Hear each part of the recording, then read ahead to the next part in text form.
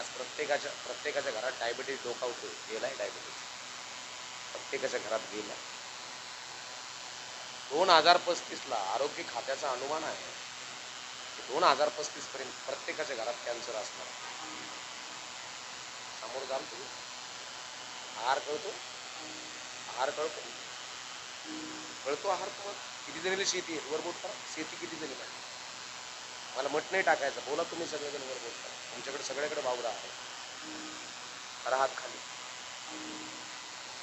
10 जणीचा group करा. बचत गट काढा हे सांगणार नाही. 10 जणीचा ग्रुप करा. एका जणीनं एका वाफ्यामध्ये पालक भाजी टाका, एका जणीनं दुसऱ्या वाफ्यामध्ये दुसरा वाफा करा, सांड पाण्यावर करा, मेथी टाका. एका जणीनं 4-5 वालाचे वेल लावा, एका जणीनं 2-3 शेवग्याची झाडं लावा, एका जणीनं 5 वांग्याची झाडं लावा. घरी कोण वाणूला जातो 5 वांग्याची झाडं. एका जणीनं 2-3 दुधी भोपळ्याची वेल लावा. 10 जणीनं 10 वाण खा. त्याच्यात राग टाका, गोमूत्र टाका. कोणचं खत स्प्रे देऊ नका त्यात. राग गोमूत्र टाकून मोठे करा. पूर्वी लसणाच्या वाफ्यात राग टाकायचो आपण, गोमूत्र टाकायचो आपण. एवढी कांडी असायची, मस्त असायची, टेस्ट मस्त असायची. दिलं की 10 जणीनं आपापले जे असेल वाण ते तोडा, एका जणीच्या घरी जावा. हिचं पावशेर तिला, तिचं अर्धा येला. बाजारात जायची गरज नाही आणि विष आणायची गरज नाही. साहेब मला सांगा, फॅमिली डॉक्टर सांभाळला पाहिजे का फॅमिली शेतकरी सांभाळला पाहिजे? हे लक्षात ठेवा, हे लक्षात ठेवा. ज्या ज्या घराला आहार कळाला, मी आज पुण्यासारख्या ठिकाणी जर गेलो ना, मोठमोठ्या सिटीत, आणि तिथे जर म्हणलं ना मला जेवायचंय वांग्याची भाजी, 1 मिनट बाबाजी मैं बैंगन लेकर आती हूँ. म्हणजे बाजार से नाही, ऊपर है, ऊपर है, वर आहे. हो, मी गेलो आवडीनं बघतो, तिथं माती नेली, इकडे तिथंच टाकलंय, त्याचेच वांगे असे तोडतीचे असं काटती ना. म्हणलं कसं आहे? म्हणलं वा, स्प्रे नाही बरं का. बघा, निरोगी राहा. रोग यायला काहीच वेळ लागणार, काहीच वेळ लागणार नाही. आणि आपल्या घरामध्ये करोडोही प्रॉपर्टी असेल, कॅन्सर नावाचा एक राक्षस घुसला का 6 महिन्यात करोडाची प्रॉपर्टी खाऊन जाईल. नाही खाऊन जाणार. त्यावेळेस राक्षस म्हणजे हे कृष्णाच्या काळात राक्षस नव्हते का? कोणते होते ते? बकासूर, खागासूर, रटासूर, तृणासूर. आता इथेही राक्षस आहे का नाही? ते गोकुळ म्हणजे कोणतं? गोकुळ म्हणजे कोणतं? म्हणजे तिथं लय गाय आहेत, पेंद्या, सुदामा, बोबड्या, वाकड्या, लंगड्या, डायबा, कितना. काय झालं बोबड्या? मी नाही येत तुझ्या थंगले बाबा. बर का ग, असंच बोलायचं तू बोबड्या. काय झालं रे बोबड्या? डायबा, कितना. हे चल रे, मी नाही येत तुझ्या थोंगले बाबा. काय झालं? दुसरा लगेच लंगडात द्या. लंगडा सांगायला लागला, कृष्णा काय बोबड्याचं म्हणणं काय आहे? काय तालता तिलवतले, लई लई दोल दोल दाला, मी दली भले म्हणून तोला ता दिला, कितना थांबालले थांबाल आपल्या गाई. असं होय? कालचा खरवच गोड झालता आणि तो म्हणे मला थोडा दिला, मी गरीब आहे म्हणून, आता येत नाही म्हणला मी. अरे चल रे, आता आहे बा काय, आता एकदा माल्याच्या माल्यामध्ये गेलो ले बा. मला माळ्याच्या मळ्यात पाठवलं म्हणले. काय तावल्या काकल्या तोलून आणलेल्या बा, तुम्ही थगले पलून दिलेले बा, मला तर यात त्याला धरलेले बा.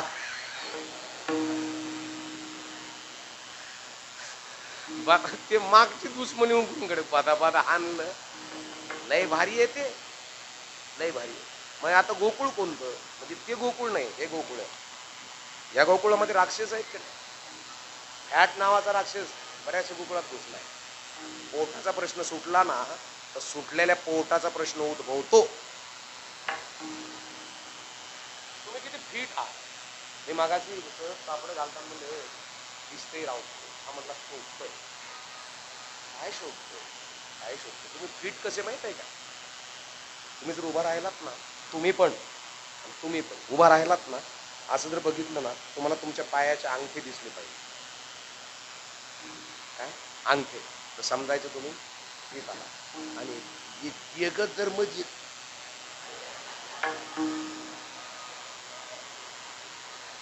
काही नाही. तुम्ही गांगे, गांग्या कळाला का? गांग्या, गांग्या फक्त शर्टाच वळायची लायकीत राहतो. हैर्या वय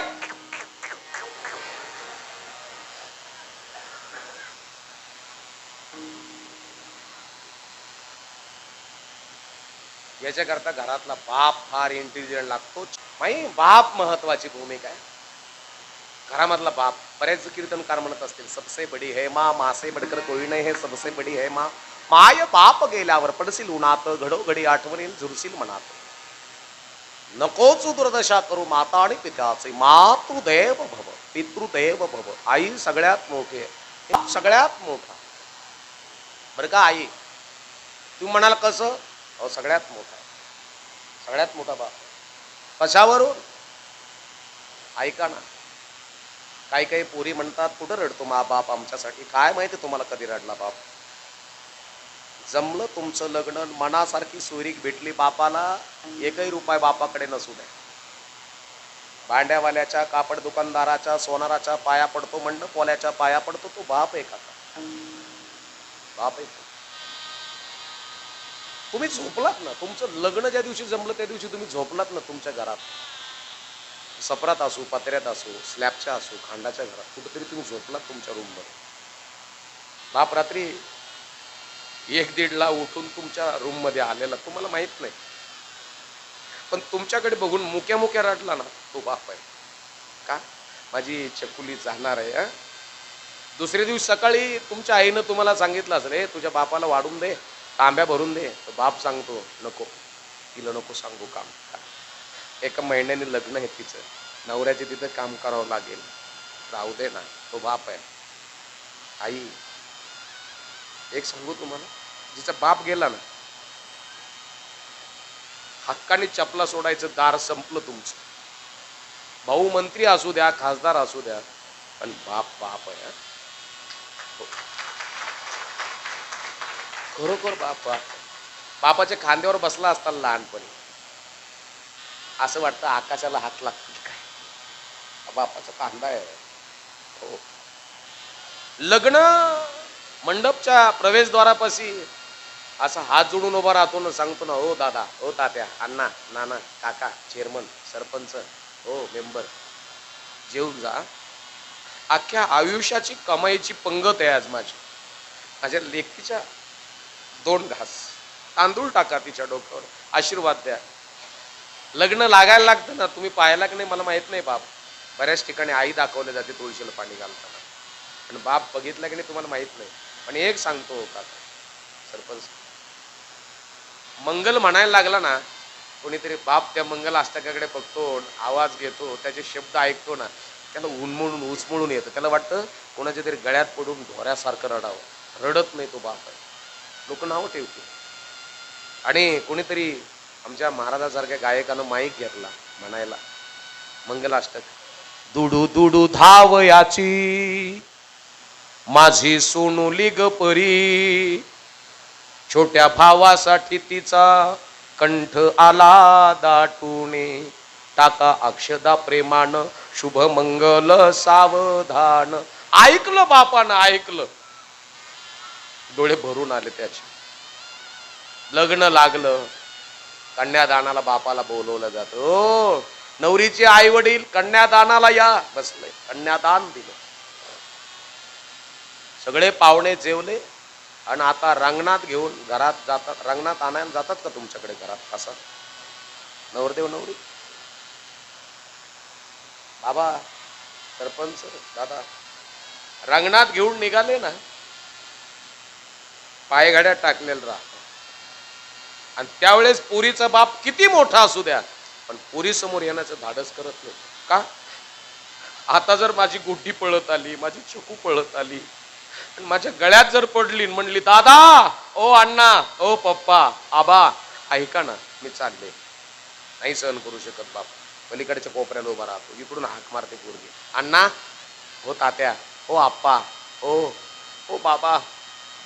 ऐकून नाही ऐकल्यासारखा करतो तो बाप आहे. का? आता जरी चकू पळत आली माझी, गळ्यात पडली, काय बोलू तिच्या बरोबर? बाप पुढे जात नाही, हटकून कामात गुंततो. आई जवळ राहते पोरीच्या, आई जवळ राहते पोरीच्या, पोरगी आईच्या गळ्यात मिठी मारते, हमसून धुमसून रडते, आईच्या खांद्यावर डोकं टाकते, तिच्या नेत्रातले अश्रू गळगळ आईच्या पाठीवर गरम ओघळतात. आई डोक्यावरून पाठीवरून हात फिरवते आणि आई सांगते, पोरी रडू नकोस. नाही आई, काळजी घे पोरी. हो आई. पोरी काय, ह्या घरचा दिवा त्या घरात लावायचा. हो आई. पाऊल कधी वाकडं पडू देऊ नकोस. हो आई. पोरी काय, पती जरी जाग्या मिळाला, जाग्या कळाला, जाग्या, जाग्या म्हणजे वळू, वळू म्हणजे कठाळ्या, कठाळ्या म्हणजे देवाला सोडल्याला बैल, बायकोच्या जीवर खाणारा.